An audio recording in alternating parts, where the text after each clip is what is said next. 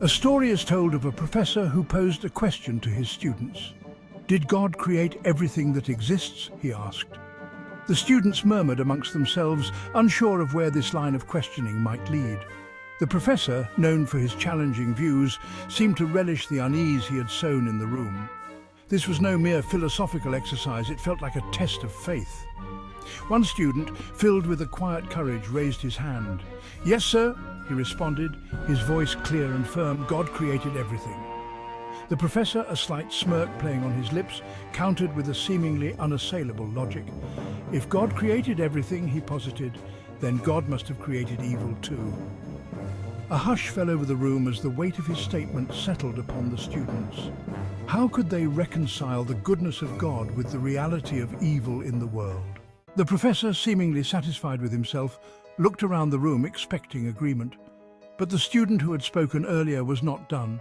He calmly asked, "Does cold exist?" The professor, taken aback by the unexpected turn of the conversation, replied, "Of course cold exists. Have you never felt it?" The student smiled slightly, undeterred. He then asked, "Does darkness exist?" Again, the professor, though increasingly puzzled, responded with a hint of impatience, "Of course darkness exists. We experience it every night." The student, with a gentle but firm voice, began to explain. "Professor," he said, "cold is not a thing in itself, it is the absence of heat. Darkness is not a separate entity, but the absence of light." The students leaned forward, captivated by the exchange. The professor, his initial confidence shaken, listened intently. "We can measure heat," the student continued. "We can generate it and study its effects.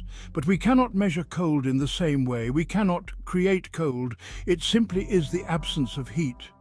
He paused, letting the analogy sink in. "The same is true of darkness. We can measure light, create it and understand its properties, but darkness, like cold, is not something we can create. It is merely the absence of light." The professor, his face now thoughtful, nodded slowly. The student had presented a compelling argument.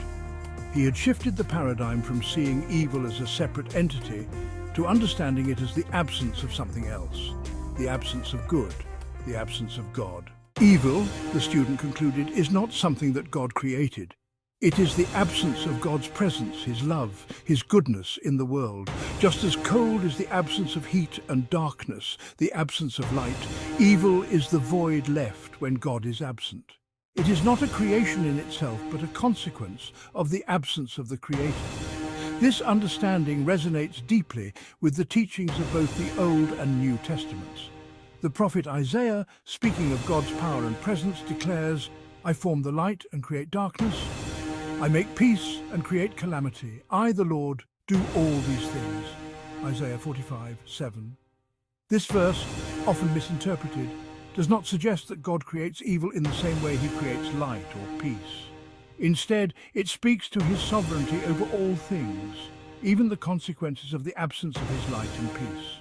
The Hebrew word often translated as create in this verse can also mean to bring about or to allow. God, in His wisdom and sovereignty, allows for the possibility of darkness and calamity, not as ends in themselves, but as potential consequences of turning away from His light and peace. He does not create evil, but He allows for its existence as a consequence of free will and the absence of His presence. This understanding is further echoed in the New Testament, where John in his Gospel writes, "The light shines in the darkness, and the darkness has not overcome it." John 1:5. Here, light is clearly associated with God, with Jesus being proclaimed as the light of the world. John 8:12. Darkness then represents the absence of that light, the absence of God's presence and love in the world. We are called to be bearers of that light, to spread God's love and goodness in a world often shrouded in darkness. We are not called to fight darkness with darkness, but to be the light that shines in the darkness, dispelling it with the warmth of God's love. Where there is hate, let us sow love. Where there is despair, let us offer hope. And where there is darkness, let us be the light.